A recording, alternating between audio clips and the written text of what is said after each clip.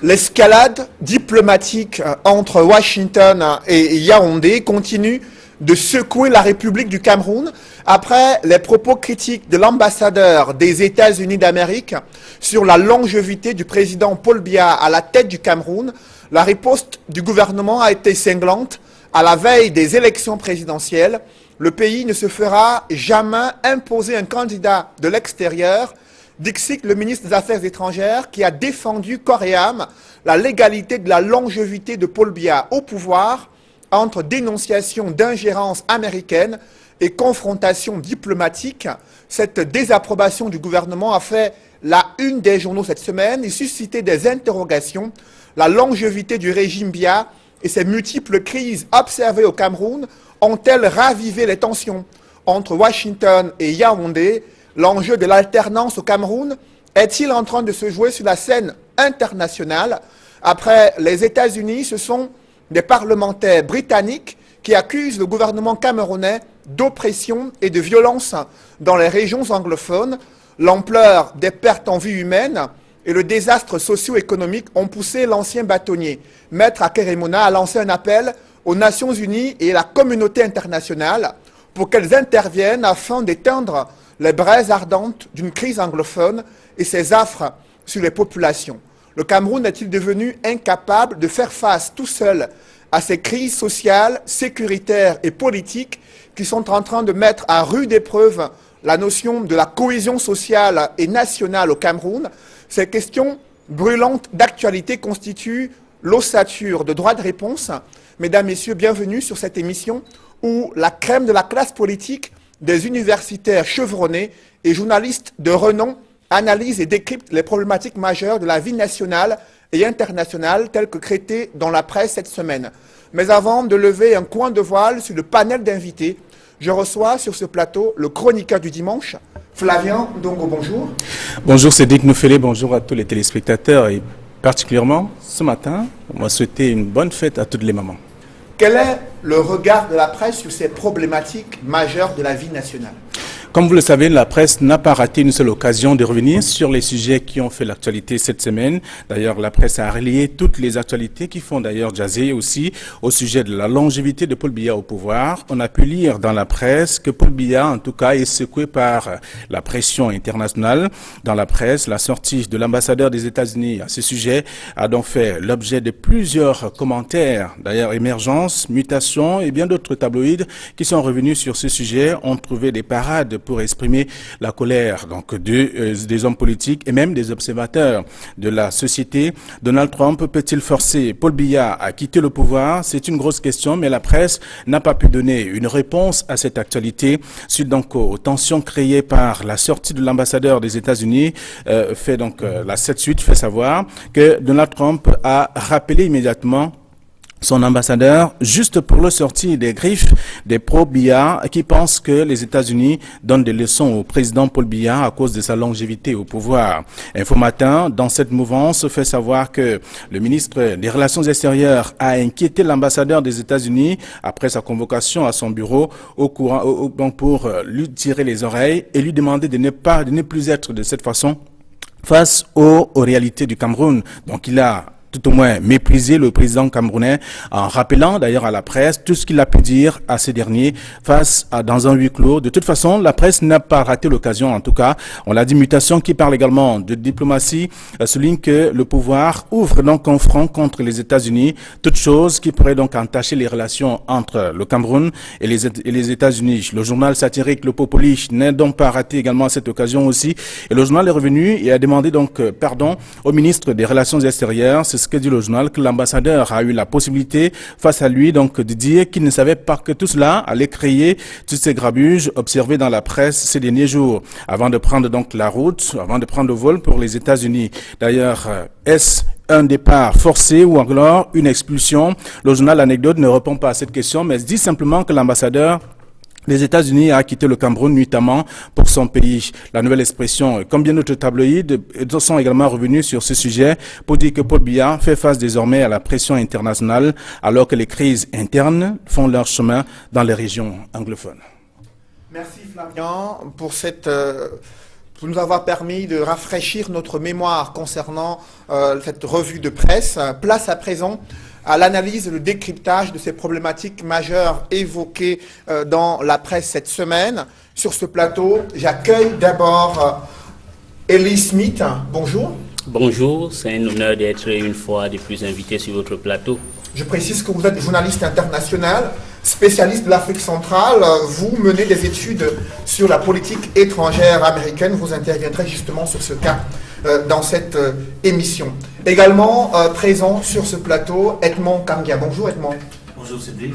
Vous êtes consultant sur l'émission Droit de réponse, journaliste chef de la section politique et politique internationale pour le quotidien de la Nouvelle Expression. Tout à fait. Également présent, le troisième invité de Droit de réponse, c'est un politologue, juriste, systémicien et administrateur, Bernard Bongen. Bonjour. Bonjour Cédric. Je précise que vous êtes également militant du RDPC, le parti au pouvoir. Et le quatrième invité de Droit de réponse, c'est Maître Lavoisier-Sapi. Bonjour Maître.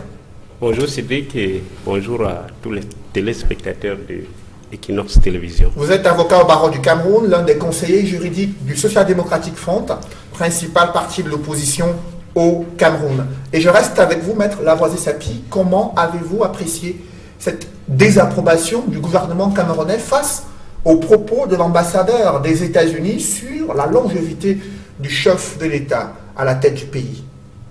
Oui Cédric, avant de donner mon point de vue sur ce problème, je voudrais commencer par interpeller le ministre de la Justice, garde des Sceaux, pour dire que au cours de cette année 2018, le ministre de la Justice, garde des Sceaux, a lancé le recrutement spécial de 20 huissiers de justice anglophones.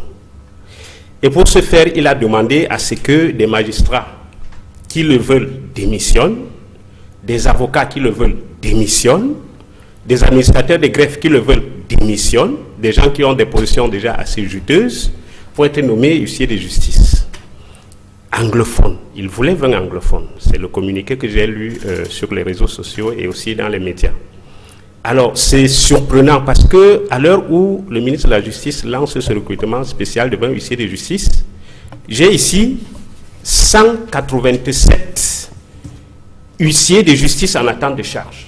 Certains attendent la charge depuis 24 ans. Nous pourrons parler de ce problème dans le cadre du sujet consacré à la crise anglophone et ses différentes ramifications, puisque c'est là l'une des réponses que le gouvernement avait annoncé, le recrutement des huissiers de justice anglophones. Mais revenons d'abord à cette dernière actualité brûlante concernant cette sortie du gouvernement camerounais après les propos du diplomate américain sur la longévité du président Paul Biya à la tête du Cameroun, le gouvernement qui a fait part de sa vive désapprobation. Ce sont les mots du ministre des Relations extérieures dans un communiqué qui a fait la une du journal Cameroun Tribune. Comment vous appréciez cette sortie du gouvernement?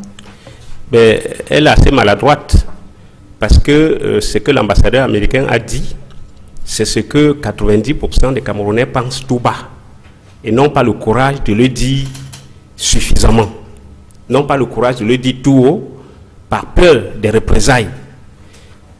Il me semble que il ne serait pas vraiment... C'est-à-dire que l'homme noir ne connaît pas se reposer. Je ne comprends pas comment des Camerounais qui se disent éclairés soutiennent qu'un monsieur qui a 85 ans, dont le cerveau est diminué à 70%, qui a 36 ans de pouvoir, qui a plongé son pays dans l'inertie et la misère, qu'on continue à soutenir qu'il soit chef d'État. Comme si c'est la seule personne qui pouvait gouverner ce pays. Est-ce que... Bon, il y a la loi de la nature. Est-ce que si le président Paul Biya n'existait plus aujourd'hui, le Cameroun cesserait d'être gouverné, cesserait de fonctionner comme nation? Moi, ça m'étonne.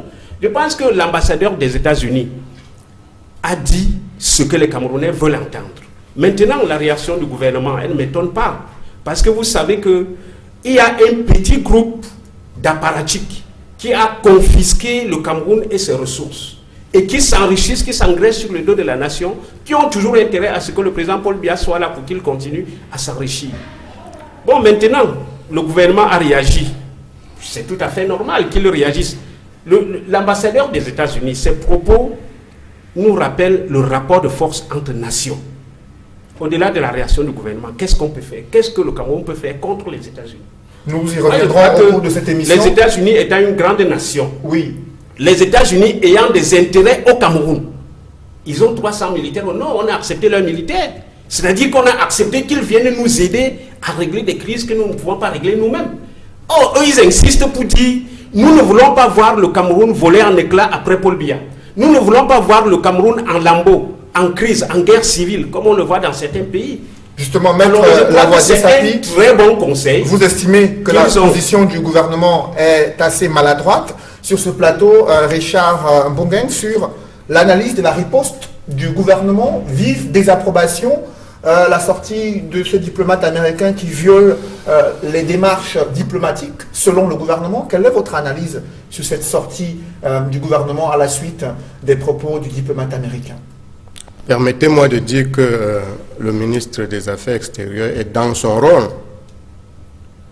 En effet, il est solidaire de l'ensemble du gouvernement et quand il sent que son chef a été attaqué, c'est-à-dire que le système dans lequel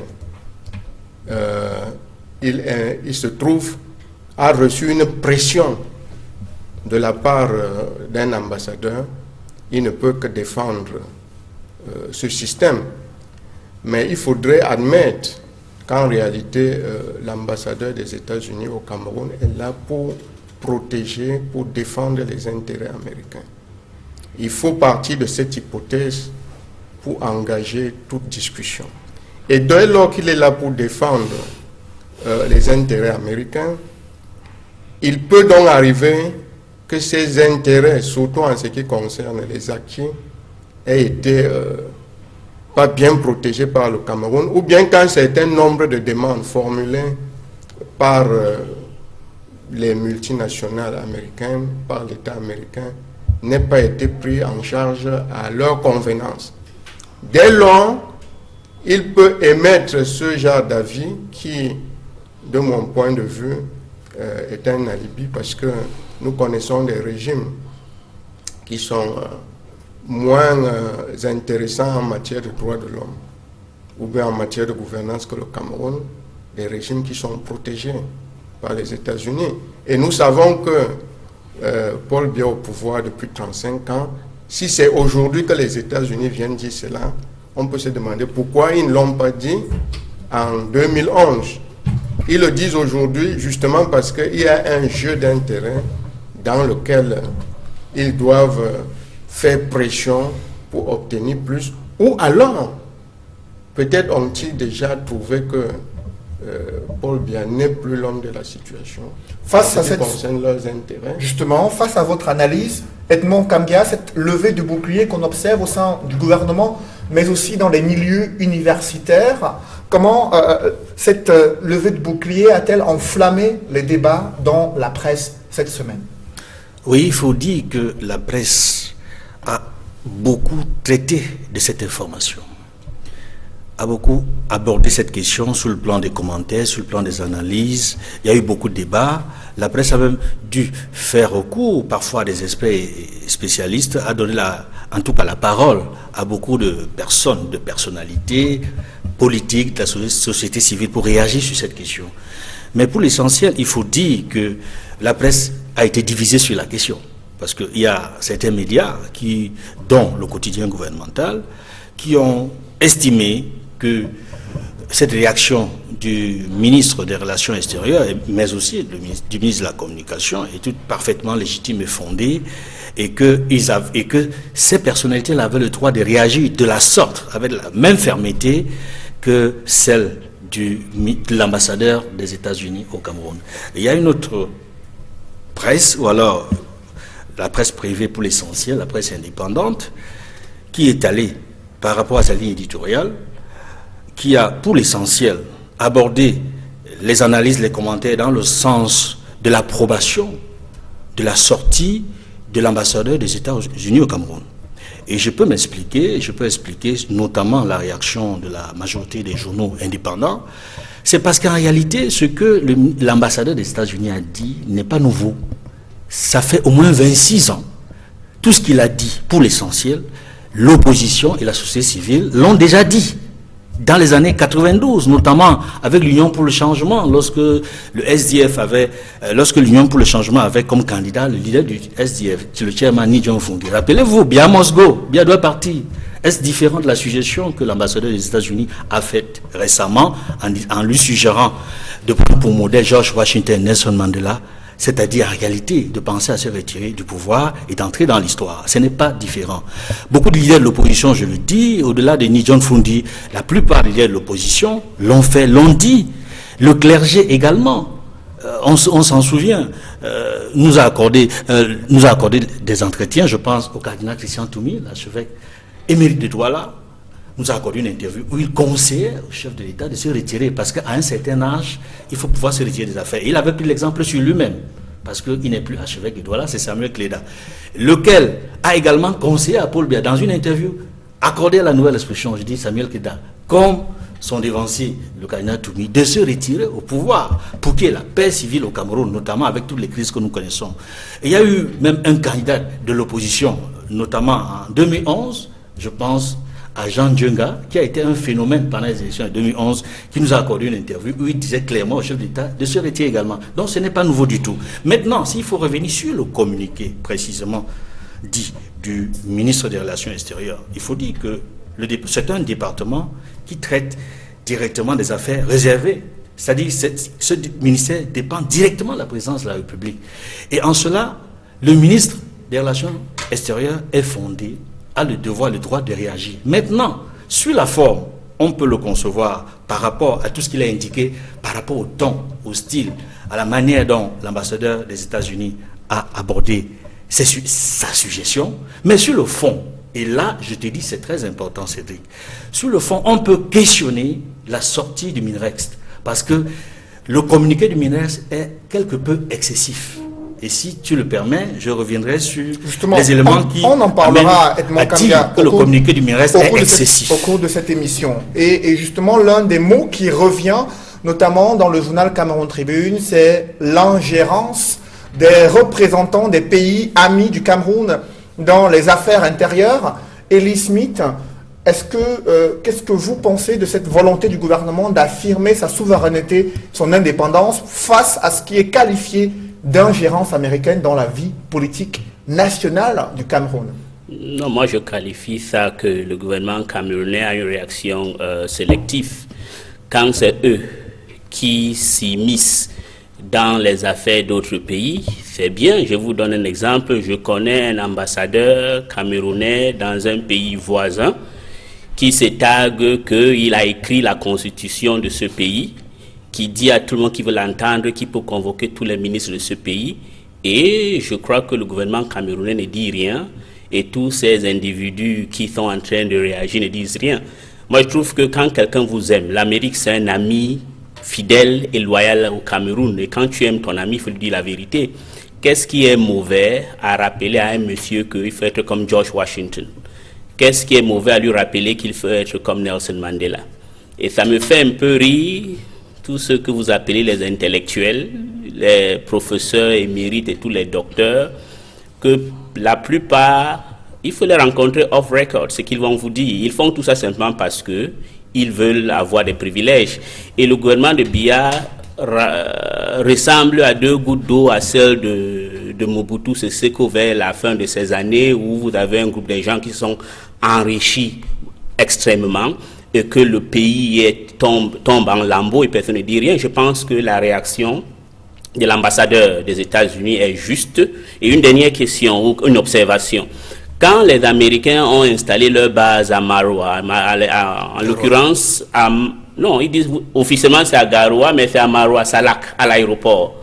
Et c'est de là où vous avez les Navy Seabees et les Joint Operation Special Force qui viennent de Fort Bragg, qui entraînent les billes. Et qu'est-ce que les gens là, les mêmes gens là ont dit? Donc vous êtes quand même sélectif. Quand votre ami vous aide pour quelque chose qui est à votre avantage, vous ne dites rien.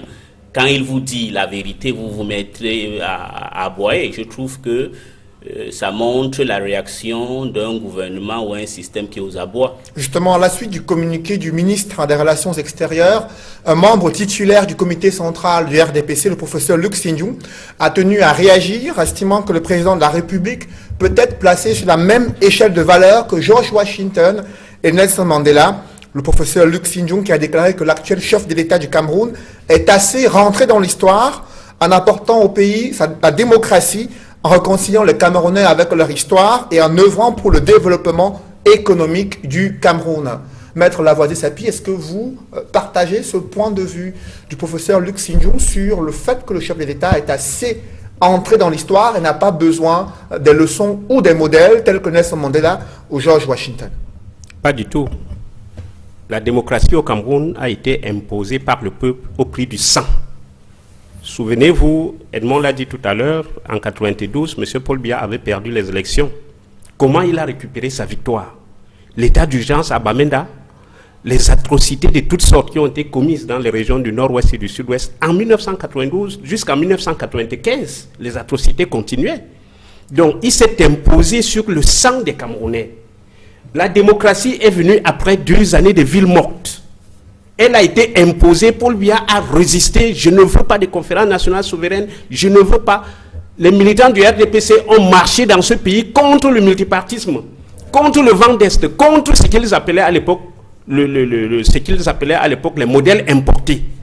Alors, c'est contre leur volonté que la démocratie est arrivée au Cameroun. Paul Biya n'est pas celui qui a apporté la démocratie et la liberté au Cameroun. Et un régime qui a institué les détournements de fonds publics et la corruption comme modèle de gérance. Parce que plus vous détournez, mieux on vous nomme ministre dans ce pays. Cela s'est vérifié. Alors, quand vous avez un système qui a apporté ça, on ne peut pas dire que c'est un modèle. Regardez ce qui se passe au sud-ouest et au nord-ouest depuis 2016. Regardez les condamnations d'innocents citoyens au tribunal militaire, parce que je les ai défendus. Des jeunes enfants qui ont porté le tricot du Cameroun avec l'ancien drapeau, qui prennent 15 ans de prison pour terrorisme, c'est inacceptable. Ça, ce n'est pas un régime modèle. C'est une dictature militaro-policière qui nous gouverne depuis de longues années. Et une dictature militaro-policière ne peut pas s'arroger le manteau des démocrates. Je regrette qu'un intellectuel de la taille de Sinjung Poukam tienne des propos qu'il tienne. Parce qu'un intellectuel, Luc Sinjung. Un intellectuel, c'est l'éclaireur dans la société, c'est la lumière, c'est celui qui montre la voie à suivre. Un intellectuel, ce n'est pas un chanteur de cantiques. Si vous êtes intellectuel, vous avez un rôle de guide dans votre société. Or, si vous êtes là pour noyer la population, si vous êtes là pour soutenir les assassinats, pour soutenir les détournements, alors à ce moment, vous n'êtes plus un intellectuel, c'est un intellectuel de la honte. Face à ce tableau que vous présentez, Maître Lavoisier-Sapie, au sein du RDPC, on estime que le chef de l'État reste l'homme de la situation face à ces nombreuses pressions qui viennent de l'extérieur. Richard Mbongen. Bernard Mbongen. Bernard Mbongen, tant pour moi. Oui, c'est pas tout le monde qui pense comme ça. Tout en essayant de rappeler à Maître Sapie, qui a du vrai dans ce qu'il dit, mais qu'il est excessif. En quoi est-ce qu'il est excessif? Il est excessif en ce sens qu'il ne peut pas dire, on ne peut pas laisser dire que Paul Biya n'a pas remporté les élections en 92, parce que nous nous basons sur quoi pour savoir que quelqu'un a remporté les élections? Sur les procès-verbaux. Et la Commission nationale de vote a rendu sa copie. La Cour suprême, qui tenait lieu de Conseil constitutionnel, a publié les résultats. Nous nous en tenons à cela. Et je pense également qu'on peut, dans l'arrêt de la Cour suprême, faire des reproches au régime en place, tout en restant rationnel, tout en restant honnête.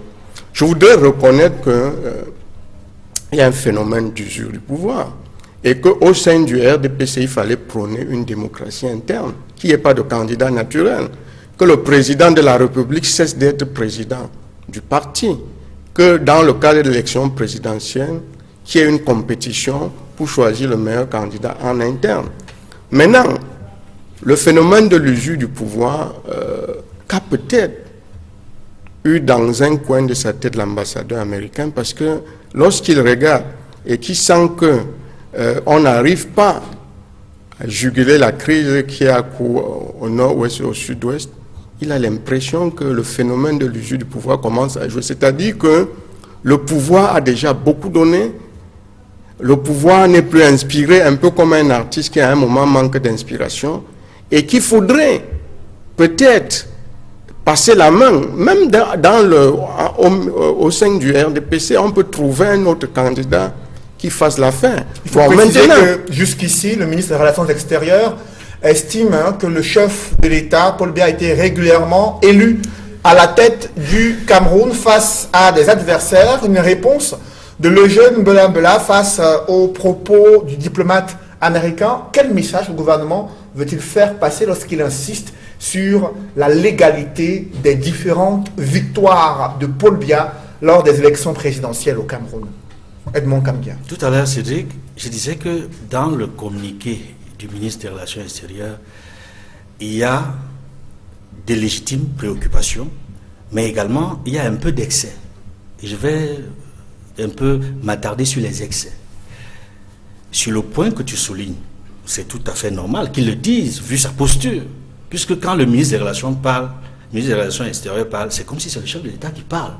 Parce qu'en réalité, c'est un ministère qui fait partie de ses affaires réservées, comme le ministère des Finances et du contrôle de l'État et la Défense et tous les autres ministères clés dans la République. Donc, quand il le dit ainsi, c'est un message, ce n'est pas pour les Camerounais. Les Camerounais savent comment se déroulent les élections au Cameroun. Mais il le dit à l'endroit, à l'intention des États-Unis et de l'opinion publique internationale. Mais en réalité, ce n'est pas un discours nouveau pour les États-Unis, qui savent comment se déroulent les élections au Cameroun depuis le retour au multipartisme en 92. Souvenons-nous de Francesco et de tous les ambassadeurs qui l'ont succédé jusqu'à ce jour. Et on voit comment réagissent de façon régulière les ambassadeurs américains sur les questions d'alternance politique, sur les questions de démocratie. Je ne vais pas citer les autres institutions, NDI ou l'Union européenne, qui accompagnent le processus démocratique au Cameroun. Ils ne peuvent pas soutenir, accompagner le processus et ne pas avoir un droit de regard. C'est la moindre des choses. Donc, en réalité, je dis que c'est excessif pour le MINREX de donner des leçons. Parce que là, c'est le MINREX qui veut donner des leçons à l'ambassadeur des États-Unis. C'est inapproprié. Ça, c'est d'un. De deux, quelque part dans le communiqué, le MINREX, le jeune Mbela Mbela, dit que les États-Unis, le Cameroun ne va pas se laisser imposer un candidat venu de l'extérieur. Mais je dis c'est extrêmement grave. Cette phrase est extrêmement grave. J'espère que le chef de l'État va apprécier la gravité de ce propos dans ce communiqué. Il y a des propos graves dans cette c'est une insulte aux États-Unis. C'est une insulte à l'endroit des États-Unis. C'est une insulte à l'endroit de la communauté internationale. C'est une insulte à l'endroit de tous les pays qui accompagnent le Cameroun dans le processus démocratique. Les États-Unis, il me semble, sauf si je suis décalé, déconnecté, n'ont jamais dit qu'ils vont imposer un candidat à l'élection présidentielle prochaine au Cameroun. Sauf si je me trompe. Donc, ça, c'est ce qu'on appelle, en français facile, un procès d'intention. Un procès d'intention à l'endroit des Américains. Vous faites un procès d'intention, j'assume mes propos, c'est un procès d'intention qu'on analyse cette phrase-là. Je dis c'est très grave parce qu'il y a beaucoup de choses qui sont assez inexactes et incorrectes dans le communiqué MINREX. Mais je m'arrête sur cette phrase pour dire qu'il faudrait que le Cameroun fasse très attention. Parce qu'il y a une autre phrase où le MINREX Mbela Mbela dit que le Cameroun ne va pas laisser qu'on porte atteinte à sa souveraineté. Mais ça me fait rire. S'il te plaît, Cédric, donne-moi quelques secondes. Je vous en prie rapidement pour permettre aux autres de réagir. Seulement sur 2 points. Pour dire que cette phrase aussi n'aurait jamais dû figurer dans un tel communiqué. Dit que les Américains voudraient peut-être porter atteinte à la souveraineté du Cameroun. Quand un pays ami, comme les États-Unis, décide de vous aider, quand je dis vous, en fait je dis nous, le Cameroun, je suis Camerounais, de nous aider à assurer notre sécurité maritime, tout le golfe de Guinée, à partir de Douala, la base navale. Aujourd'hui, l'Union africaine bénéficie de l'apport et du soutien du travail que les Américains apportent au Cameroun à travers la base navale. Le siège de force en attente de l'Union africaine, c'est où? C'est à Douala. Et quel est le principal? Il y a plusieurs pays, la France et d'autres, mais quel est le principal pays qui assure la sécurité avec le Cameroun sur le golfe de Guinée? C'est les États-Unis, dans la lutte contre la piraterie maritime. Quand un pays vous assure votre sécurité, votre intégrité territoriale sur le front maritime, vous appelez ça quoi? Vous dites qu'il porte atteinte à votre souveraineté alors qu'il vous aide à assurer votre souveraineté territoriale. Ça, c'est un. De deux, il y a Boko Haram. Tout le monde a vu les 2 avions militaires que les Américains ont gracieusement offerts au Cameroun pour lutter efficacement contre Boko Haram. Tout à l'heure, M. Tsapi rappelait les 300 soldats américains qui sont là depuis quelques années pour assurer la formation de nos soldats dans la détection des mines et des explosifs pour lutter contre Boko Haram.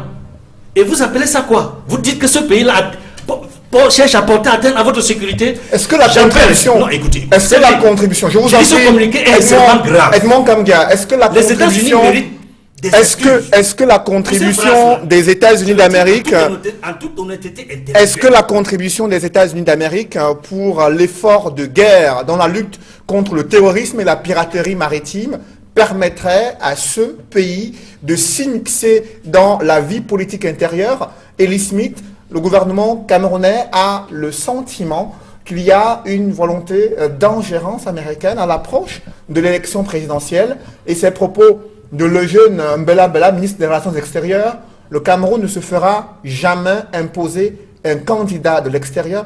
Comment vous appréciez cette sortie sur ce point précis?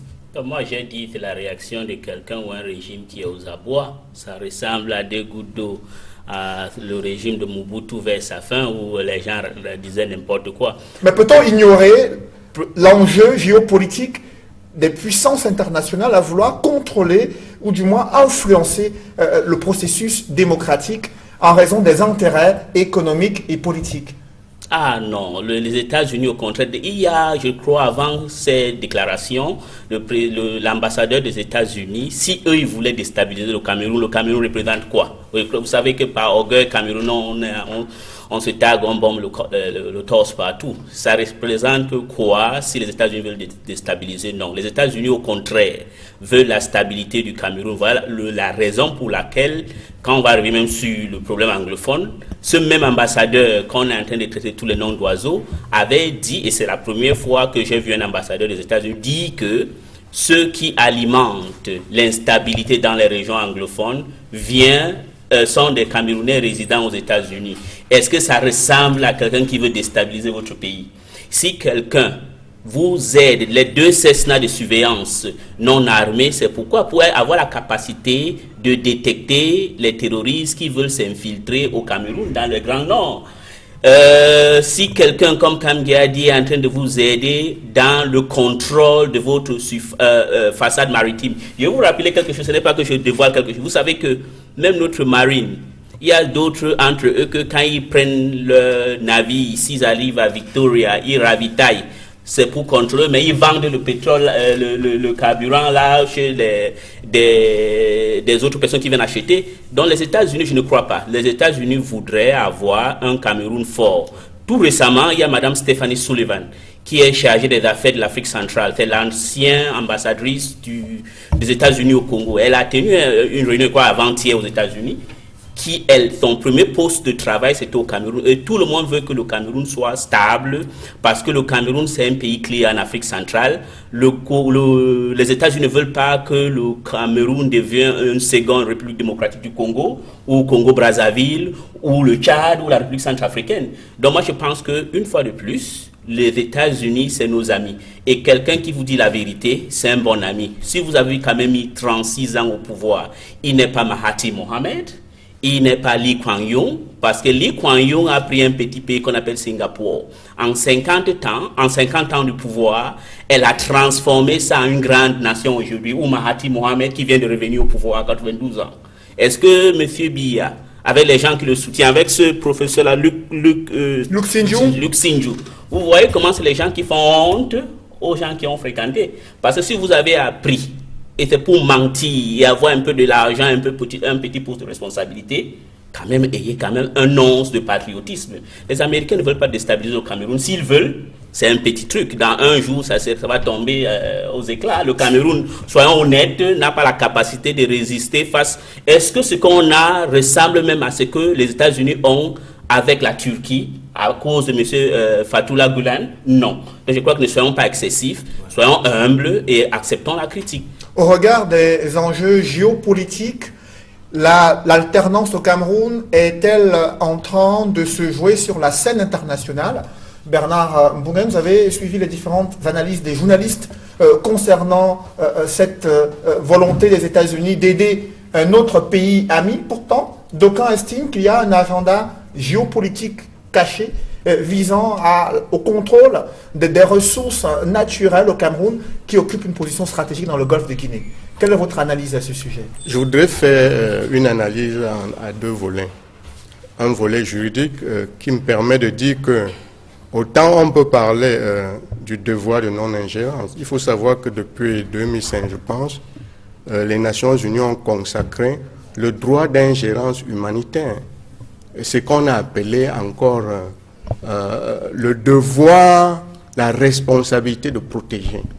Face à une menace de génocide, face à des menaces de crimes de guerre et de crimes contre l'humanité, la communauté internationale a le devoir de protéger. Ça, c'est d'un. Donc, sur le plan juridique, s'il sent qu'il y a une menace au Cameroun, il peut tirer sur la sonnette d'alarme. Et il y en a. Maintenant, sur le plan politique, ne nous trompons pas, il y a des intérêts géostratégiques des Américains et ils sont là pour protéger leurs intérêts.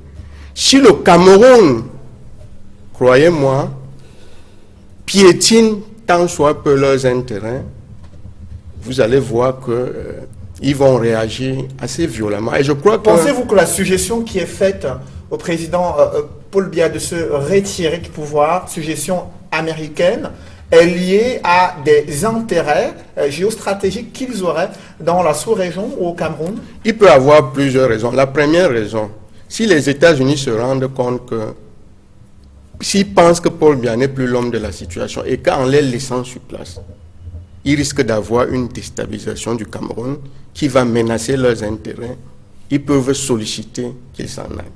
Ça, c'est la première hypothèse. La seconde hypothèse, si le président Biya n'a pas réussi à protéger leurs acquis au Cameroun, ou s'il n'arrive pas à satisfaire certaines demandes qu'ils ont déposées sur sa table, ils vont effectivement chercher aussi qu'il s'en aille et ils vont essayer de trouver l'homme de la situation. Je voudrais dire que le Cameroun a beau être un petit pays, les États-Unis ne sont pas seuls membres du Conseil de sécurité, c'est peut-être le membre le plus puissant, mais des décisions se prennent au Conseil de sécurité, il y a le droit de veto. Si vous avez derrière vous la Russie, ou même la France, ou la Russie, ou la Chine, ou alors la Grande-Bretagne, qui oppose son veto, peut-être que ça va devenir comme en Syrie où il y a deux camps. Bon, si aucun pays ne pose son veto, ça peut se transformer en situation telle qu'on a vécu en Libye, ou en Côte d'Ivoire, ou en Centrafrique. Mais toujours est-il qu'il faut faire très, très, très attention. Le Cameroun, car une puissance... Le Cameroun qui devient le théâtre d'une influence diplomatique internationale, Maître Lavoisier s'appuie, cet intérêt des Américains, des Français également, de la Grande-Bretagne sur la situation politique, économique et sociale du Cameroun, avec cette présidentielle de tous les enjeux qui arrivent dans quelques mois. Est-ce que c'est sur la scène internationale que va se jouer l'alternance au Cameroun, selon vous, Maître Sapi? Non, il ne me semble pas qu'il faille interpréter l'intervention de l'ambassadeur des États-Unis dans ce contexte-là. Vous savez que le Cameroun a toujours été sous l'influence française. En 1992, Yvon Omnes était ambassadeur de France au Cameroun. Feu Gilbert André-Tchungi était ministre de l'administration territoriale. Voilà les deux personnalités qui ont changé tous les procès-verbaux qui donnaient John Frundi gagnant pour mettre Paul Biya gagnant. Est-ce que vous avez les preuves de cette accusation? J'ai les preuves de cette personnalité. Oui, j'ai les preuves de cette accusation. Plus tard, Yvon Omnes devient conseiller spécial à la présidence de la République quand il prend sa retraite. Biya le récupère pour service rendu. Il vous souvient que nous avons eu dans ce pays M. Finateux, qui était directeur du Trésor, un Français. Et au moment où nous parlons, nous avons des conseillers français au ministère de l'administration territoriale. En quoi ça pose problème avons des conseillers qui viennent d'autres nationalités, d'autres pays, qui ont un lien avec la France s'ingère dans les affaires de nos pays. Et il faut vous souvenir que le président Paul Biya lui-même, sur le perron de l'Élysée, s'est présenté comme étant le meilleur élève de Mitterrand.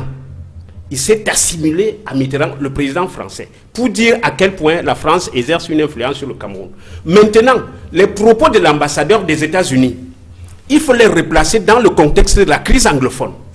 Parce que Edmond l'a si bien rappelé, l'aide et le soutien que les Américains nous donnent pour régler la crise de Boko Haram, qui est une crise qui oppose des terroristes venus du Nigeria pour attaquer le Cameroun. Donc c'est un conflit extérieur.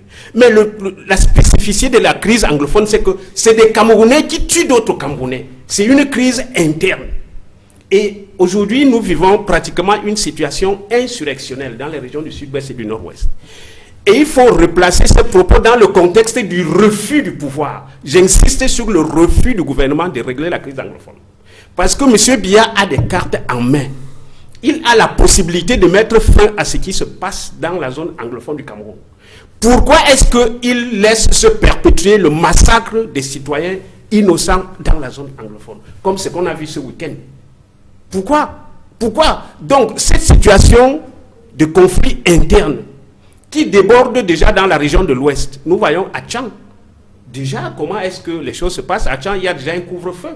À partir de 22h, plus aucune moto ne circule, les bars sont fermés et tout. Ils sont en train de déborder dans la ville de Tchang. Et si vous allez plus loin, dans le littoral, nous avons la frontière avec Tombel, avec Bangam, à Loum. On est en train de connaître cette situation. Le 20 mai a été perturbé, vous en avez fait un reportage. Donc, c'est une situation qui peut dégénérer en guerre civile totale. D'où l'ingérence américaine sur le fait qu'il faut changer le leadership au Cameroun pour avoir une nouvelle gouvernance, une nouvelle vision? Absolument, Edmond l'a dit. Depuis 1992, nous souhaitons que Biya parte. Et si vous regardez bien, le président de la République marche à peine. Il est fatigué. Il a droit au repos. Pourquoi est-ce qu'il n'accepte pas d'aller se reposer? Et puis la situation de crise... Il faut préciser qu'au sein du RDPC, le chef de l'État a une santé de fer et a la possibilité encore de se présenter à l'élection présidentielle. Bon, pourtant, 5-6 fois par an, il est à Genève pour se faire soigner, etc. Nous connaissons. Donc, moi, je pense que l'ambassadeur des États-Unis l'a dit juste.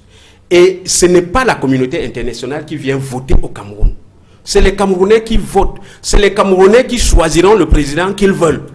Mais nous n'avons pas, et nous insistons, le SDF l'a toujours dit depuis 1992, nous n'avons pas les lois qui donnent aux citoyens son droit de vote. Et le droit de vote du citoyen est confisqué par le pouvoir qui utilise les armes achetées avec les impôts des citoyens pour les terroriser et pour imposer un chef d'État que si on faisait les élections vraiment libres et transparentes. Dans ce contexte, Maître Lavoie-Dessapi, dans ce contexte, la presse a posé une question centrale cette semaine.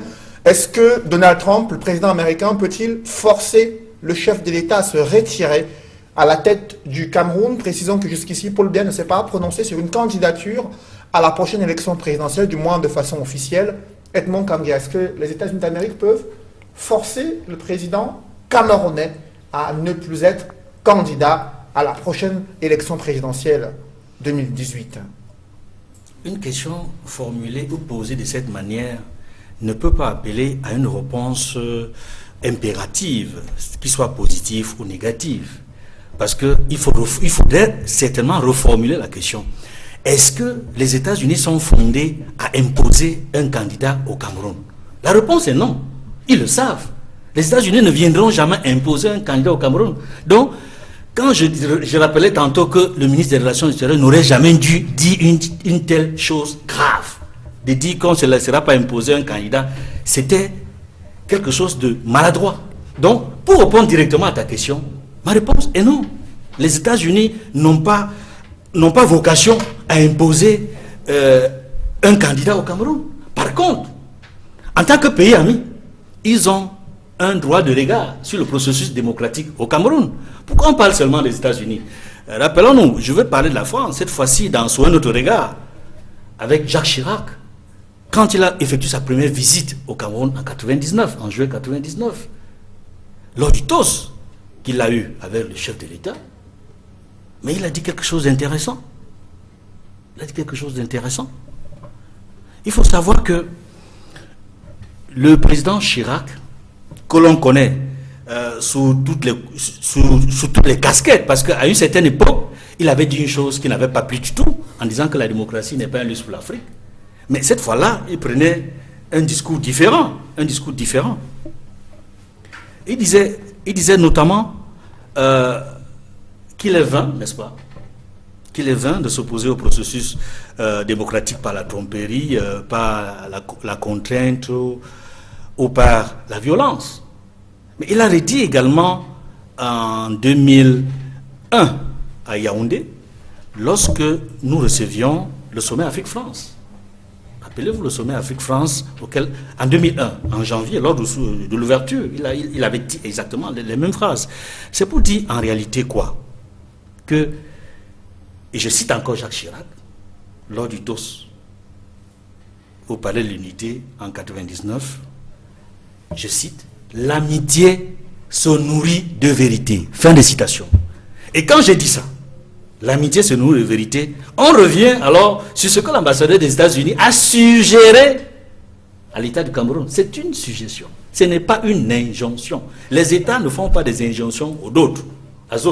À d'autres États. Ils font des suggestions en tant que pays ami, parce que l'amitié se nourrit de vérité. Si vous êtes l'ami de quelqu'un, dites-lui la vérité. Mais dans si vous ne dites pas la vérité, c'est que vous êtes hypocrite. Mais dans vous voulez pas l'histoire son des bien. relations internationales, Même si les États, c'est d'abord les intérêts. Dans l'histoire des relations internationales entre les puissances américaines, françaises et certains pays africains, les changements des régimes ont souvent laissé entrevoir une influence extérieure. Eli Smith, il y a eu le cas de la Libye, mais également la Côte d'Ivoire, République démocratique du Congo. Vous avez cité le cas de Mobutu. Est-ce qu'il y aura un scénario similaire qui pourrait se produire au Cameroun au regard des multiples sorties de cet ambassadeur américain qui commence par des suggestions, comme ce fut le cas dans d'autres pays africains?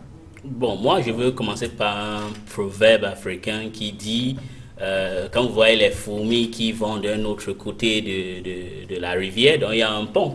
Souvent, c'est les pays africains qui cèdent que quelqu'un ou les forces extérieures puissent intervenir. Pour le cas de Mobutu, qu'on dit par exemple, c'est que le monsieur, il est resté éternellement au pouvoir, il était déjà fatigué et usé, et chacun faisait ce qu'il voudrait faire, et puis ça n'éteignait plus.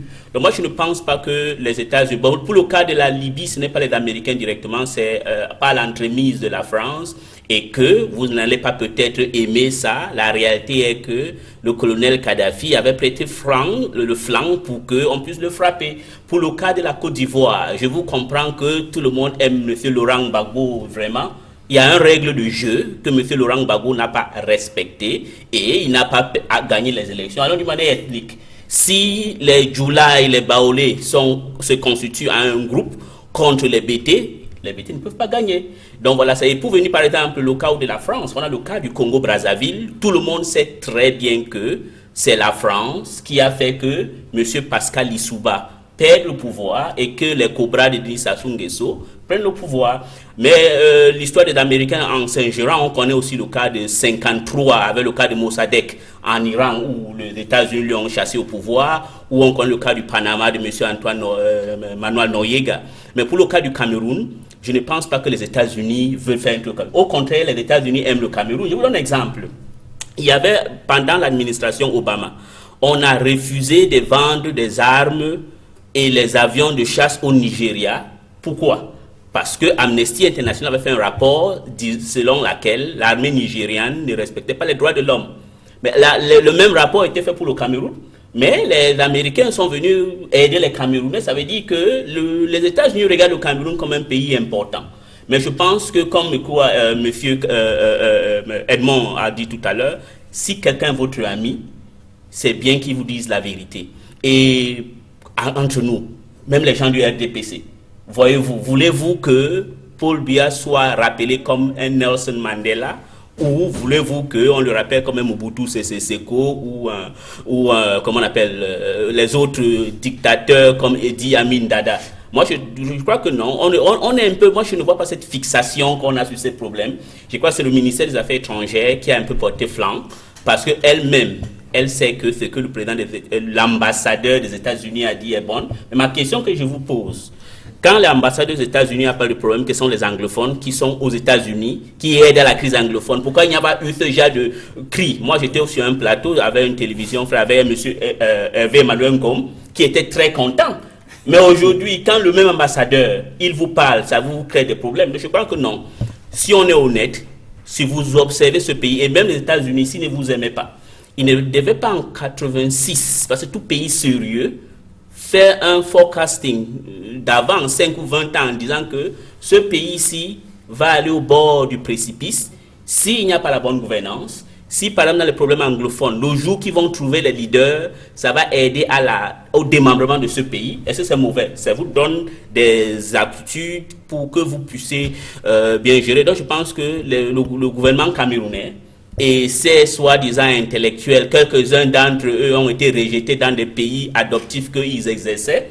Et ils ont trouvé que ici, ils sont devenus les nouveaux nationalistes camerounais. Justement, au-delà du gouvernement camerounais, il y a le RDP, c'est le parti au pouvoir qui scrute de près cette sortie américaine. Bernard Mbougen, vous faites partie de ce Rassemblement démocratique du peuple camerounais qui est le parti au pouvoir. Est-ce que vous serez prêt à demander au président national du parti de se retirer afin de permettre au Cameroun de vivre un nouveau souffle et de pouvoir résoudre ces crises qui secouent le pays? Et avant d'y arriver, permettez-moi de jouer un peu les statisticiens et de dire que 98% de présidents dans le tiers-monde ont l'onction d'un membre du Conseil de sécurité, ne serait-ce qu'au moins d'un membre du Conseil de sécurité. Et les 2% qui restent, s'ils réussissent à passer sur les mailles de filet, ils ne peuvent pas se maintenir longtemps tant qu'ils ne recherchent pas cette onction. C'est ça la réalité des relations internationales. Ne vous y trompez pas. Bon, maintenant, moi j'ai eu à proposer, dans le cadre d'une interview avec mon frère Kambia, que je sollicitais que le Cameroun passe à un régime parlementaire moniste. C'est-à-dire que de façon informelle même, le président de la République peut rester président de la République, mais compte tenu de sa posture actuelle, il transfère tout son pouvoir au Premier ministre. Comme je prends l'exemple d'un régime parlementaire moniste, le régime de Grande-Bretagne. Il règne comme règne la reine. Oui. Il laisse l'autre faire le boulot, résoudre la crise anglophone. Il a encore beaucoup d'énergie. Parce que, voyez-vous, nous pouvons supputer, trouver des raisons. Ce qu'on demande au régime actuel, c'est de régler de toute urgence la crise anglophone. On n'en parlerait plus. Les gens trouvent comment on va justifier ceci, justifier cela. Non. S'ils ne peuvent pas, qu'ils nous donnent mandat, qu'ils nous donnent carte blanche. Ce problème est résolu en 2 jours. Ce n'est même pas un problème. Donc, on ne comprend pas pourquoi. En clair, vous voulez dire que c'est cette crise anglophone qui est en train d'emporter le régime? Mais c'est ce qu'a dit l'ambassadeur américain. Vous l'avez lu, non? Vous l'avez lu. Il s'appuie dessus sur l'aggravation de cette crise, sur la persistance de cette crise, pour dire que non, ce régime, il y a un problème d'usure. Il y a un problème d'usure. On ne comprend pas. Parce que dites-moi, rationnellement, qu'est-ce qui empêche que cette crise soit résolue? Quel est le problème? Est-ce que les demandes, toutes les demandes qui ont été posées sur la table, ont mis le sécessionnisme? Demande à laquelle on ne peut pas accéder. Toutes les autres demandes, on peut y accéder. Ça ne crée pas des recettes nouvelles, des dépenses nouvelles. Il n'y a pas de problème. Prenez le cas du fédéralisme. Qu'est-ce qui empêche de décréter que voilà, le Cameroun est un État? Où est le problème? On décrète ça maintenant à 13 on va lire au journal, et puis le reste, ça marche. Bon. En dehors de ça, merci de soutenir en dehors de la position du SDF. Moi, je suis... Excusez-moi, vous êtes progressiste. Ce n'est pas une affaire de progressisme. Je fais une analyse qui est bien pour mon pays. Nous sommes en train de dire que le pays est en train de sombrer dans le chaos. Il faut que les gens se réveillent. Absolument. Oui, si j'étais conseiller du président Mbia, parce que je l'aime, j'allais pas lui dire non, lâche complètement le pouvoir, mais j'allais lui dire reste à la tête de l'État comme la reine reste, et tu laisses le Premier ministre être chef de l'exécutif. Après les États-Unis d'Amérique, c'est la Grande-Bretagne et ses parlementaires qui accusent le gouvernement camerounais de violence et d'oppression dans les régions anglophones. L'ampleur des pertes en vie humaine et le désastre socio-économique ont poussé l'ancien bâtonnier maître Akeremouna à lancer un appel aux Nations Unies et la communauté internationale pour qu'elles interviennent afin d'éteindre les braises ardentes de la crise anglophone et aux dernières nouvelles, des sénateurs américains pourraient voyager, faire le déplacement du Cameroun pour toucher de près la situation sociopolitique dans les régions anglophones. Eli Smith, quelles sont les dernières nouvelles concernant cette évolution de la crise anglophone sur la scène internationale? Ouais, sur la scène internationale, quand la Grande-Bretagne s'immisce déjà, parce que tous les anglophones savent que le problème que les anglophones aujourd'hui a été l'erreur du gouverneur général Macpherson quand il a décidé de faire la partition du Nigeria en 3 régions du nord, de l'est et de l'ouest et créer une assemblée fédérale et voulait que la partie du Cameroun occidental intègre le Nigeria et que les Camerounais, contrairement à ce que beaucoup de francophones pensent aujourd'hui, beaucoup des Camerounais ont refusé, qui ne voulaient pas. Si vous lisez le livre, la mémoire de M. Victor Muketema, Odyssey, Story of Reunification, il vous explique comment les gens comme les Djabé Adibongue, qui étaient quelqu'un de Bonadibon, ou les Henry Ngou, qui venaient de l'Ouest, qui étaient du Cameroun occidental, les gens qui ont fait les efforts avec les Indeli, même comme Indeli a changé. Mais si la Grande-Bretagne s'y met maintenant, ça montre que ce problème nous dépasse, même comme souvent ici, et je suis content qu'on a un membre du RDPC qui est vraiment un Camerounais patriotique, qui n'est pas un idéologue qui se cache et qui veut mentir comme les gens du RDPC mentent. Le pays est en train de sombrer. Moi, je pense qu'en 2003, j'avais écrit un article en disant que le Cameroun va finir comme le Zaïre de Mobutu, et c'est quand même malheureux qu'une fiction devienne une réalité. En dehors de ces parlementaires britanniques, il y a un groupe de sénateurs américains qui veulent aussi venir au Cameroun parce qu'ils veulent venir faire une enquête pour en savoir ce qui se passe réellement. Ça veut donc dire que contrairement à ce que les pseudo-nationalistes ou intellectuels croient que les États-Unis veulent leur chute, on veut s'enquérir que pourquoi un pays qui était quand même un exemple à un certain moment ici dans cette sous-région devient, ma foi, un pays, bon, je ne vais pas froisser la crédibilité ou la susceptibilité des gens de la République démocratique du Congo ou la République centrafricaine. Le Cameroun était un pays vraiment respecté. Aujourd'hui, nous sommes l'ombre de nous-mêmes. Donc, la communauté internationale, les États-Unis, et quand la Grande-Bretagne s'intéresse, ça veut dire que vraiment, il y a quelque chose, il y a péril dans la demeure et on doit être humble et chercher des voies et moyens pour résoudre des problèmes entre nous Camerounais. Cette crise anglophone dans les régions du nord-ouest et du sud-ouest qui commence déjà à se propager dans d'autres régions du Cameroun. Maître Lavoisier Sapi, vous qui êtes installé à l'ouest du pays, vous commencez à percevoir les ramifications de ces tensions et de ces violences meurtrières venant des régions du nord-ouest et du sud-ouest? Oui, nous le percevons puisque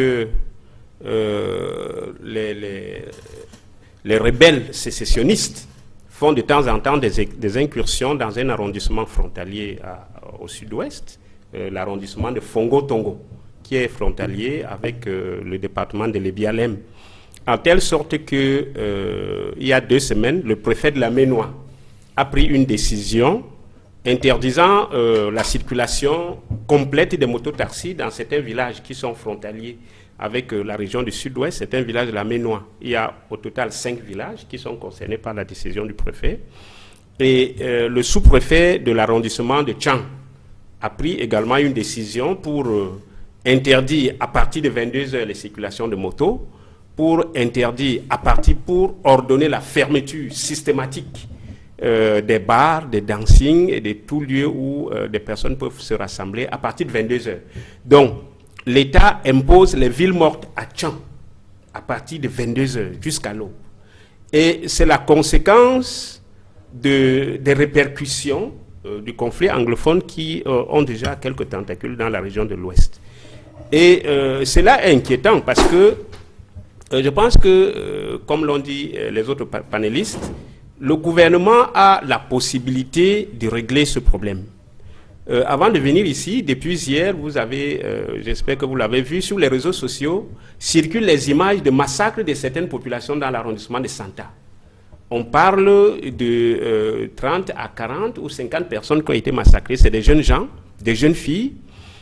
On a dit que c'est des sécessionnistes. Mais je m'attendais à ce que le gouvernement montre l'arsenal de guerre qui a été récupéré sur eux.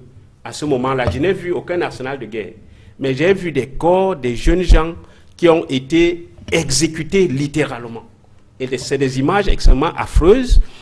Le chairman du SDF hier était sur les lieux. Cela traduit la gravité de la situation.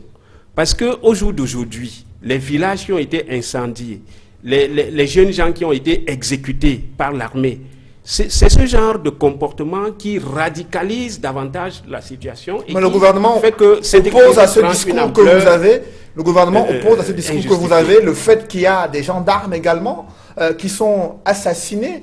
Il y a des écoles qui sont incendiées alors que le gouvernement multiplie les actions pour au moins garantir le droit à l'éducation de ces jeunes Camerounais. Et le gouvernement qui dit que ce sont des bandes armées extrémistes qui sont non favorables à l'expression des différentes opinions contraires à ces mouvements séparatistes dans ces régions anglophones. Oui, j'ai dit que le gouvernement est entièrement responsable de cette situation. Parce que quand les avocats grèvent, le ministre de la Justice, garde des Sceaux, les a insultés. Nous avons été humiliés en tant qu'avocats. Le ministre de la Justice nous a fait comprendre que notre robe d'avocat, ce n'est pas pour aller marcher dans la rue. Mais les avocats marchent dans la rue en robe, même en France. En Grande-Bretagne, on a vu des avocats, quand les avocats grèvent, quand ils ne sont pas contents, ils expriment leur point de vue, même dans la rue. Donc, il y a eu le refus de régler ce problème. Au sud-ouest, quand les avocats ont grévé, ils ont été tabassés, leur cabinet cassé, les livres et les robes emportées. Les robes des avocats sont à ce jour encore au ministère de la Justice. Le ministre de la Justice n'a jamais rendu ses robes aux avocats anglophones. Donc, vous comprenez que par la suite, on arrête les Manchou Bibixi, on arrête un groupe de gens, et ceux-là n'avaient pris aucune arme.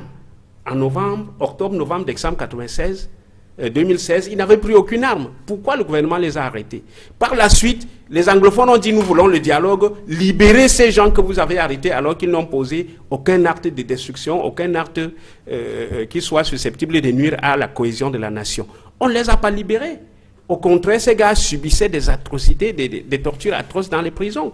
Donc, le gouvernement est entièrement responsable de la radicalisation de la situation. Et plus tard, lorsque ces gars proclament l'indépendance le 1er octobre 2016, le 1er octobre 2017, vous avez vu la réaction de l'armée. Et je voudrais dire que le mouvement SNC, depuis les années 94-95, ce mouvement existait et fêtait le 1er octobre. On les connaissait, de temps en temps, on arrêtait quelques membres, on les mettait en prison. Le gouvernement était au courant. Le gouvernement connaissait ça. Donc, si aujourd'hui, on estime qu'il y a des militaires qui sont en train d'être tués, vous savez, les Nations Unies l'ont également dit, la résistance à la violence d'État est un droit légitime. Lorsque vous venez dans ma famille, vous tuez 2 personnes, que moi je sais que ces 2 personnes n'ont rien fait, j'ai le désir de vengeance. La radicalisation, quelque chose la radicalisation sur le théâtre de la crise anglophone. Bernard Bonguen, est-ce que vous estimez que le gouvernement est seul responsable de cette situation qui prévaut dans les régions anglophones? En tout cas, ce n'est pas l'avis des États-Unis qui estiment que à la fois le leader de ces bandes armées séparatistes et le gouvernement camerounais sont tous les deux responsables de la situation qui prévaut actuellement dans ces 2 régions du pays. Quelle est votre lecture de cette situation? Nous ne pouvons pas soutenir les sécessionnistes, mais nous pouvons admettre aussi qu'il y a beaucoup qui se sont radicalisés. Permettez-moi de dire que le Cameroun est à la croisée des chemins. Qu'est-ce que je voudrais dire par là? C'est-à-dire que le modèle autoritariste que nous avons utilisé depuis les indépendances jusqu'à présent, ce modèle n'est plus opérant. Donc vous estimez que jusqu'aujourd'hui c'est un modèle autoritariste, nous pouvons reconnaître sans avoir honte que nous étions dans un modèle autoritariste. Qu'est-ce que je voudrais dire? C'est-à-dire que nous ne faisions jamais usage de ce qu'on appelle le management participatif. Vous avez vu avec les chefs du canton Ben, on ne les a pas associés. Vous voyez avec les anglophones qui demandent à être associés, qui demandent un dialogue pour discuter, pour prendre des décisions. Or, le Cameroun est obligé d'adopter cet autre modèle. Pourquoi? Parce qu'il y a les réseaux sociaux, il y a les nouveaux moyens de communication, le monde s'est globalisé et le Cameroun a beaucoup évolué. Maintenant, il faut se poser la question si ceux qui sont en place depuis très longtemps et qui fonctionnaient sous un modèle, est-ce qu'ils ont la capacité d'adaptation? Parce que, à mon avis, il faut regarder la chose sous cet angle. Or, il ne faudrait pas que nous passions à ce modèle avec beaucoup de destruction, avec beaucoup de difficultés. Et sachez que si la communauté internationale intervient, nous allons être beaucoup approuvés parce que la facture sera lourde. Imaginez-vous une médiation. Ils vont dresser une facture qu'on devra payer. Imaginez-vous les sanctions économiques, une intervention armée, la traduction des gens à la CPI. Il faut faire très attention. Pour vous, c'est les différents scénarios qui pourraient se dessiner si la situation persiste. Encore faut-il voir si même au jour d'aujourd'hui, là, il n'y a pas déjà un processus en cours. Oui, il faut faire très attention. À ce sujet, je voudrais justement interroger Edmond Cambia, vous qui êtes chef section politique internationale à la Nouvelle Expression, au sujet de ces mouvements observés au sein du Conseil de sécurité des Nations Unies, mais aussi le Parlement britannique, qui est en train de signer une pétition afin que celle qui est Première ministre, Theresa May, Premier ministre en Grande-Bretagne, puisse mettre la pression sur le gouvernement camerounais concernant l'ouverture d'un dialogue. Est-ce que le Cameroun est plus attentif aux messages qui viennent de l'extérieur qu'à celui de l'opposition ou la société civile sur le plan local? Hélas, c'est un fait. Le gouvernement camerounais, historiquement, est toujours plus attentif aux messages qui viennent de l'extérieur qu'au même message qui est venu de l'intérieur, par la société civile, par les partis politiques de l'opposition. Puisqu'en réalité, ce que nos amis, parce qu'il faut le dire ainsi, américains, britanniques, français ou autres, demandent à travers leur observation de la situation des droits de l'homme au Cameroun ou de la situation sociopolitique au Cameroun, c'est exactement ce que l'opposition et la société civile a d'année en année porté sur la place publique. Mais maintenant, il faut redouter une chose. Quand la communauté internationale, à travers un certain nombre de pays, commence à suivre de près, non plus de loin, mais de près, la situation qui prévaut au Cameroun, il faut s'en inquiéter. Quelles sont les différentes inquiétudes que vous avez concernant cet intérêt de la communauté internationale de vouloir aider le Cameroun à résoudre une crise interne? Il faut y voir deux choses. La première, c'est qu'ils soient de bonne foi et qu'ils veulent vraiment, en tant que pays ami, nous aider à trouver une solution pour que le Cameroun reste un pays stable, pour que le Cameroun regagne la prospérité qu'il a perdue et que le Cameroun soit un pays qui a un nouveau leadership. Et aujourd'hui, le pays le plus regardé en Afrique, le pays le plus cité en termes de gouvernance, c'est le Rwanda, dont le chef d'État était ces jours-ci à Paris. Le Rwanda de Paul Kagame. C'est un homme qui a réussi en termes de gouvernance. Son pays a été cité dans les meilleurs magazines, dans les meilleurs observatoires, 7e pays dans le monde en termes de gouvernance, et pratiquement le premier en Afrique, notamment en Afrique noire. Donc en termes de gouvernance, c'est la raison pour laquelle l'ensemble des chefs d'État, y compris les dictateurs, ont compris que cet homme-là, qui a réussi à sortir le Rwanda de la situation que tout le monde a connue, notamment le génocide, à le hisser à un pays où le vivre ensemble est une réalité.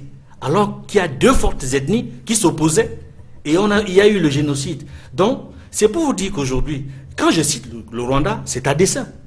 C'est parce que la communauté internationale a vis-à-vis du Rwanda un regard particulier. Au-delà de la compétence, du leadership de Paul Kagame, c'est que c'est un pays qui revient de loin, a connu une situation que je ne souhaite pas à notre pays. Parce que ce pays-là a connu le génocide. Et ce qui se passe dans les régions du nord-ouest et du sud-ouest, et dont les pétitions ont commencé à monter au niveau des Nations Unies, sous l'appellation crime de guerre, parfois crime contre l'humanité, parfois génocide, à partir des citoyens ou des structures, des associations et organismes, il faut beaucoup s'en inquiéter. Parce que je le disais tout à l'heure, que la communauté internationale est en train de s'en inquiéter, de s'en préoccuper de près. Les États-Unis et la Grande-Bretagne, vous savez, dans la plupart des situations conflictuelles dans le monde aujourd'hui, les membres du Conseil de sécurité qui sont les plus à même à utiliser leur veto ou à agir sur le terrain, ce sont ces trois pays-là. C'est-à-dire Washington, Londres et Paris. On l'a vu en Irak, on l'a vu en Syrie, on l'a vu en Libye, on l'a vu en Côte d'Ivoire. Donc il faudrait que le gouvernement camerounais fasse très attention au discours et au message que véhicule l'ambassadeur des États-Unis, au discours et au message que véhicule Londres, au discours et au message que véhicule Paris en ce moment précis. Je ne veux pas dire que les deux autres membres du Conseil de sécurité n'ont pas voix au chapitre. Je parle de la Russie et de la Chine. Leur voix compte également. Mais rappelez-vous ce qui s'est passé en Libye. On a voté, il y a eu le vote de la résolution. Il y a eu l'intervention. Sur la base de ce que mon ami le docteur Bougain parlait tout à l'heure, du devoir d'ingérence humanitaire. Officiellement, il s'agissait de protéger les citoyens. Il s'agissait de protéger les citoyens. La résolution ne visait pas à faire un coup d'État en Libye ou à assassiner Muammar Kadhafi. La résolution visait au cas où Muammar Kadhafi attaquait, menaçait ses citoyens à travers les chars, les avions militaires et autres. Alors à ce moment-là, il y a même une zone internationale aérienne qui avait été prévue. Mais ça n'a pas du tout été respecté. Justement, au regard de ce cas vécu en Libye, Elie Smith, est-ce que le Cameroun est exposé à ce genre de scénario concernant la gestion d'une crise humanitaire qui pourrait déboucher sur une volonté manifeste de changer le leadership à la tête d'un pays, quels que soient les moyens utilisés? Bon, je ne crois pas que le Cameroun a déjà atteint le stade de la Libye. Vous savez, Kadhafi avait déjà un contentieux historique depuis 1973. Si vous lisez le livre d'Alexandre de Marange, rappelez-vous, c'est lui qui a créé la DGRE française. Il a fait une visite une fois à Pékin. M. Chong En-lai se moquait de Kadhafi, qu'il est comme un chef d'État africain, qui n'a pas une armée nationale, mais une armée tribale, qui dépense beaucoup d'argent. Donc, il y avait déjà un certain contentieux. Il se prenait comme le roi d'Afrique, il a fini comme le rat d'Afrique, mais il y a une réalité que quand la communauté internationale commence à se immiscer dans un problème, il faudra qu'on s'en inquiète. Mais le problème dans beaucoup de cas, c'est nous-mêmes qui sommes l'architecte de notre propre chute. Dans le cas du Cameroun, par exemple, je ne sais pas si je peux dire, il y a double jurisprudence. Premièrement, le problème des anglophones vient du fait que l'acte de création du Cameroun moderne de 61 n'a pas été respecté. On avait bien dit, parce que quand j'entends aujourd'hui aussi des fins limiers de la justice ou de quoi, qui disent qu'on ne peut pas toucher à la forme de l'État. Oui. Mais l'article 47 de la vraie constitution du Cameroun, la constitution fédérale, que je sais que c'est la vraie, oui, avait dit qu'on ne doit pas toucher la forme de l'État. La constitution de 1961. Voilà. Oui. Est-ce qu'on n'avait pas touché? On a touché ça avec une impunité sans vergogne. Et maintenant... Pensez-vous que ces questions pourraient être mises sur la table si jamais un dialogue venait à être ouvert concernant la crise anglophone? Il n'y aura pas, je vous dis bien, il n'y aura pas de tabou. Quand vous allez dans une négociation, vous devez mettre tout sur la table parce que vous êtes l'architecte de ces problèmes. Même en 96, quand on voulait faire avant le Conseil, avant la Constitution de 96, les anglophones avaient fait des propositions. Oui. Après le All Anglophone Conference de Bamenda et de Buea, les constitutionnalistes ont jeté ça aux orties en disant que bon, les choses devenaient de Bamenda, on s'en fout royalement. Et que ces mêmes États-Unis avaient dit en 86 que le jour où les anglophones vont trouver un vrai leader ou des vrais leaders, ça serait le début de la fin du Cameroun s'il n'y a pas une solution. Donc je pense que... Elie Smith, pensez-vous qu'on est en train de se diriger vers une reconnaissance de ces leaders des mouvements séparatistes qui sont de plus en plus cités dans ces communiqués à la fois des ambassadeurs des États-Unis, dans les pétitions des parlementaires britanniques? Ont-ils obtenu finalement cette reconnaissance internationale qui vont leur permettre de peser dans le rapport de force au cas où il y a un dialogue qui est ouvert? Oui, monsieur, vous savez que dans l'histoire, ça a toujours été comme ça. Même aujourd'hui, les Oumniobé ou les Mangabel que vous avez toujours rejetés, vous les prenez aujourd'hui comme les héros. Tous les gens, je vais vous donner encore un exemple, parce que c'est bien de donner l'exemple. Même ici, à côté de Chino, Congo, Brazzaville, il y a un rebelle qu'on appelle Ntoumi. Ouais. On lui appelait que c'est un terroriste, tout. Maintenant, on l'appelle acteur de la paix et tout comme ça. Donc, ouais, quand il y aura négociation, même Sissi Seko, Mancho, BBC, tout le monde, on va négocier avec, parce que c'est les Camerounais avant tout. Parce que ces anglophones, même d'abord, sont même plus camerounais que les autres. Parce que regardez, voyez-vous, au Cameroun occidental, il y avait les KPP, KNDP, KUNC, qui faisaient référence à cette Cameroun allemande que les francophones disent aujourd'hui. Et pourtant, eux, je n'ai pas encore vu leur amour pour cette Cameroun allemande. Donc, je crois que le jour qu'il y aura négociation, et il y en aura, on monte ou on descend, on doit négocier ou on va se séparer. Maître Lavoisier-Sapie, est-ce qu'on se dirige vers une médiation internationale de la crise anglophone? Oui, elle est souhaitée face à l'entêtement du pouvoir, face à son refus de régler ce problème. Et dernièrement, j'ai été extrêmement surpris par le rapport publié par le secrétaire général de la présidence de la République s'agissant de ceux qui ont pris les armes dans la zone anglophone, qu'il est taxé de pires espèces. C'est des Camerounais.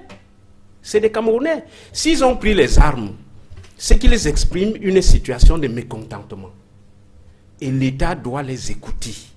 L'État est en droit, a l'obligation de les écouter. Et je ne pense pas qu'il faille traiter les Camerounais comme ça. Si le gouvernement ne veut pas négocier, si le gouvernement ne veut écouter qu'une médiation internationale, nous nous en inquiétons parce que une médiation internationale, comme on l'a dit, il y a une facture. Est-ce que à l'intérieur du Cameroun, nous n'avons pas des composantes qui soient en mesure d'être des médiateurs entre l'État et les anglophones? L'Église catholique a offert sa médiation. Pourquoi est-ce que le gouvernement n'écoute pas l'Église anglophone? Elle n'écoute pas l'Église catholique. C'est des gens qui sont un peu taxés comme des gens neutres et qui peuvent bien servir de médiateurs entre l'État et les anglophones. Il suffit de désigner qui va venir aux négociations. Et ensuite, comme le dit Dr Smith, il ne faut pas faire de tabou. La forme de l'État, on peut y aller, négocier, trouver un consensus. Nous tous, nous sommes opposés à la sécession.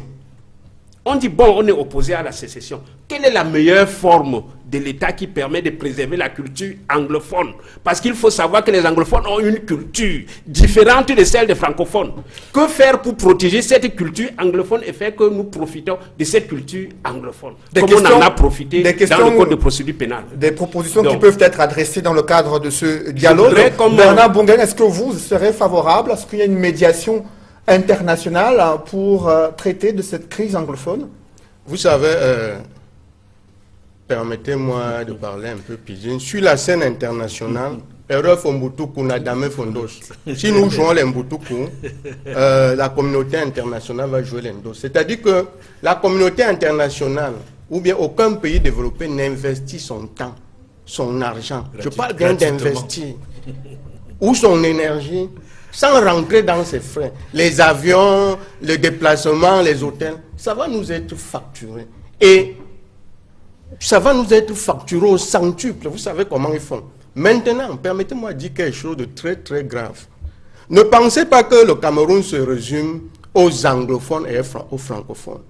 Les anglophones, c'est un ensemble d'ethnies, ils ont pu peut-être fédérer pour devenir une communauté anglophone. Mais ne croyez pas que chez les francophones, c'est quelque chose d'homogène. Vous croyez par exemple que les différents royaumes étaient entrés en négociation dans le cadre de la République du Cameroun? On les y avait forcés, manu militari. Donc maintenant, il faudrait rentrer, renégocier avec toutes ces communautés, le vivre ensemble même dans la zone francophone. Il ne faut pas faire cette dichotomie-là et penser que moi j'ai des intérêts à défendre en ce qui concerne d'où je sors aussi. Parce qu'il y a des problèmes.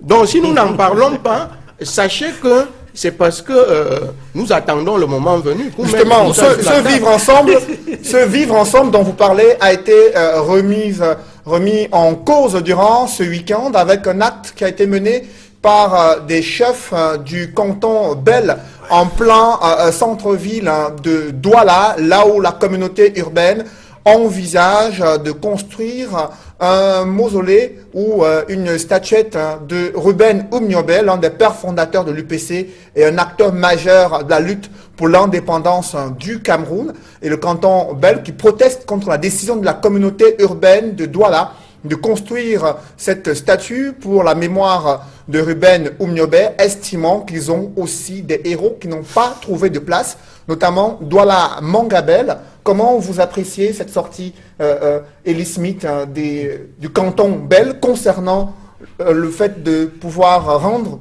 hommage à Ruben Oumniobé, la décision de la communauté urbaine qui ne les a pas consultés selon le canton Bel? C'est tout à fait normal, c'est comme ça que le Cameroun a toujours existé. Si vous ne les consultez pas, pourquoi vous voulez qu'ils acceptent? Je crois que les gens doivent comprendre un peu les problèmes des gens du canton Bel. Moi, je suis un grand admirateur et pour des raisons familiales de M. Oumniobé, vous savez, mais Avant Oumyobé, on a eu Mangabel. Et puis les Bels ont toujours demandé qu'on érige, on fait une reconnaissance au roi Bel qui n'a pas été fait. Et moi je comprends pourquoi on n'a pas pu faire. Quand vous avez les gens que c'est la France qui les a mis au pouvoir, les usurpateurs, dont ils n'ont pas intérêt à faire prospérer les nationalistes. Donc je ne pense pas qu'on doit croire que le canton Bel est anti Oumyobé, mais je pense que c'est tout simplement comme ça s'est passé dans le Cameroun anglophone. Vous restez quelque part, vous voulez imposer quelqu'un. Donc tout le monde aime Oumyobé, mais on doit aussi comprendre les préoccupations. Essayons un peu de concilier notre amour pour ce nationalisme qu'on connaît au-delà de l'Afrique avec les gens qui ont commencé le nationalisme camerounais, qui nous ont fait être des fiers Camerounais. C'est monsieur, quand même monsieur Mangabel, on ne peut pas refuser. Edmond Kamgassou, cette démarche entreprise par ses chefs supérieurs, notamment ceux du canton Bel et d'autres cantons dans la ville de Douala, qui s'opposent à la construction de cette statuette pour Ruben Oumyobé, protestant contre l'initiative de la communauté urbaine. Je suis très gêné par ce qui s'est passé. Ça m'a fait mal de voir ce monument Oumyobé qui était en voie, qui était en construction. On l'avait pas. Il restait encore le moment de poser Oumyobé, la statue, sur ce socle-là. Mais les chefs du canton n'ont pas attendu ce moment-là pour réagir. Ils ont préféré passer à l'acte et casser. Tout en comprenant la raison qu'ils invoquent, c'est-à-dire, en réalité, on aurait dû les consulter, mais également de manière sur le plan historique. Si l'on veut voir qui sont ceux qui ont été les premiers, si on peut le dire ainsi, par rapport à la création de l'État du Cameroun, c'était Rudolf Douala Mangabel. On aurait dû commencer par là. Tout en comprenant cela, je crois que je n'adhère pas à l'acte qui consiste à casser. Parce que ce n'était pas la meilleure option. Moi, si j'étais de ce canton, ou si j'étais conseiller de ces chefs, je n'aurais pas encouragé l'acte qu'ils ont posé. Ils pouvaient agir autrement, à travers des requêtes, des pétitions, écrire, c'est-à-dire s'adresser à la communauté urbaine, puisque l'acte, c'est une œuvre de la communauté urbaine. S'adresser à la communauté urbaine pour savoir, pour se plaindre et savoir ce qui s'est exactement passé. Et s'ils n'ont pas une réponse positive, ils s'adressent à l'autorité hiérarchique la plus élevée, jusqu'à la présidence de la République. Et c'est au terme, j'allais dire, de ce plaidoyer qu'ils auraient pu décider de s'asseoir et de poser un acte. Moi, ça m'a courroucé de voir comment, parce que ça m'a courroucé de voir ça, que ce monument Oumyobé, sur l'avenue Oumyobé. Parce que personnellement, je suis de ceux qui ont encouragé le combat que mènent Blaise et Sama pour qu'il y ait des monuments des héros nationaux. Et pour la première fois, que la communauté urbaine consent finalement à accéder à la demande qui est des héros nationaux et non plus des héros français et autres que l'on a sur la place du gouvernement, Leclerc et autres pour ne pas les citer. Il ne fallait pas casser ce monument, il ne fallait pas poser cet acte-là. Il fallait utiliser les voies administratives normales et puis attendre la suite. Bernard Bongassou, la notion de vivre ensemble dans ce contexte où il faut célébrer les héros nationaux et ce repli communautariste qui commence à apparaître, comment les pouvoirs publics doivent-ils gérer ce genre de situation? Mais nous avons parlé tout à l'heure de l'autoritarisme qui était dépassé, c'est-à-dire que quand vous essayez de tout imposer, quand vous n'associez pas les gens à une prise de décision, lorsque vous allez faire un monument quelque part, ceux qui habitent aux alentours, ceux qui sont de ce canton-là et qui revendiquent peut-être une certaine historicité des lieux, c'est-à-dire en termes d'appartenance, en termes de propriété, il faut les consulter, il faut discuter avec eux, il faut les convaincre. Sinon, vous risquez de semer le vent et de récolter la tempête. Parce que l'acte qu'ils ont posé est une infraction. Oui. Ils ont détruit. Tout à fait. Ça, c'est vrai. Mais, vous savez, on dit l'occasion fait le larron. C'est-à-dire que si vous placez quelqu'un dans les conditions telles qu'il ne peut pas agir autrement, vous risquez d'avoir exactement la réaction qu'un homme rationnel risque de poser. Peut-être, je ne justifie pas. Vous savez, eux-mêmes ont été violents. On n'encourage pas la violence. Mais, semble-t-il, la communauté urbaine aurait refusé de les écouter. La communauté urbaine aurait refusé, je dis aurait, de discuter avec eux. Et c'est donc dans le cadre d'un management participatif qu'on obtient de très bons résultats. C'est à quelques degrés de différence la même situation qui se déroule un peu dans la zone anglophone. Je ne veux pas parler des sécessionnistes, mais des anglophones modérés et autres. La nécessité du dialogue social dans tous les étages de la société, Maître Lavoisier-Sapir, on y revient encore sur cette notion de dialogue social et inclusif entre les gouvernants et les gouvernés sur tous les sujets qui les préoccupent. Que proposez-vous pour sortir de ce repli communautariste observé au Cameroun, de ce vivre ensemble qui est fissuré par ces multiples crises sociales, politiques et sécuritaires, aussi bien la crise anglophone que la crise sécuritaire vécue dans plusieurs régions? Oui, je crois que tout cela traduit l'échec des 36 ans de pouvoir de M. Paul Biya et de son gouvernement. Et la solution que le SDF propose, c'est qu'il parte. Nous avons investi un jeune candidat, Joshua aussi. Nous sommes en train de battre sa campagne et nous pensons qu'en octobre 2018, il va apporter la solution que les Camerounais attendent pour régler leurs problèmes. Je voudrais dire également que le comportement des Bels, ça fait peur. Parce que vous voyez, les Bassa occupent une très grande partie de la ville de Douala. Si un Douala qui est voisin du Bassa refuse le Bassa comme son frère, comme ils sont en train de le faire là, qu'est-ce qui va se passer quand Biya ne sera plus au pouvoir? Ça va avec l'explosion. Donc si les Bassa n'acceptent pas les Douala, si on ne peut pas construire le monument de Oumniobe à Bonapriso, ça pose problème. Ça veut dire combien de fois si on devait construire le bâtiment, le monument de Ernest Wandier, qui est Bamléké et qui est nationaliste, qui s'est battu pour la liberté de ce pays. Donc, vous comprenez, depuis 1958, le gouvernement n'a réhabilité physiquement aucun héros national de ce pays. On a construit le monument nulle part. Le ministère de la Culture est silencieux sur cette question. Et quand on parle de vivre ensemble, le vivre ensemble que le gouvernement claironne, voilà un exemple de l'échec de vivre ensemble, ce qui s'est passé ce week-end à Bonapriso. Les Bélé qui détruisent le monument en construction de Oumniobe, ça fait peur de ce que le Cameroun sera demain. Et ça inquiète. Et comme vous me donnez la parole, je voudrais revenir sur ce que j'ai dit au début de cette émission, à savoir, j'insiste pour dire que je voudrais interpeller, parce que ça fait partie du vivre ensemble, le ministre de la Justice. Voilà 187 huissiers de justice en attente de charge, qui ont été formés, dont certains attendent les charges depuis 24 ans. Et plus. 24 ans. Vous avez la promotion de 1994. Quelle est la réponse du gouvernement à ce sujet? La promotion de 96 qui attend depuis 22 ans et les plus jeunes attendent depuis 18 ans. Oui. À quoi ça a servi que le ministre de la Justice recrute les huissiers, les forme? Ils sont aptes à exercer les charges d'huissier de justice.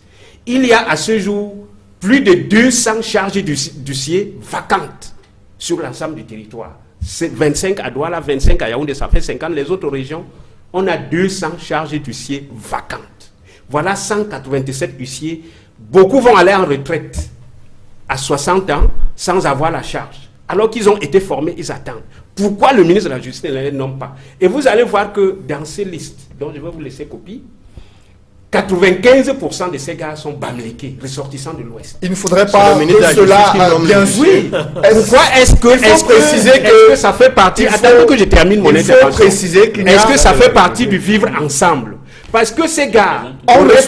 vous ne saurez poser un tel problème sur la base du repli communautaire ou identitaire sur le plateau de droit de réponse, qui est un plateau républicain et qui encourage la compétence concernant les différents problèmes. Je chute en demandant au ministre de la Justice de nommer ces jeunes. Merci, et de leur Maître donner la chance Lavoisier-Sapir, avant leur avocat, conseiller juridique du SDF. Merci Edmond Kamga, consultant sur droit de réponse. Également Richard Bernard Bunguin, qui nous a fait l'honneur d'être ici, qui est politologue et militant du RDPC. Elie Smith, journaliste international. Mesdames, messieurs, c'est la fin de cette émission droit de réponse. Merci de l'avoir suivi et restez sur Equinox Télévision.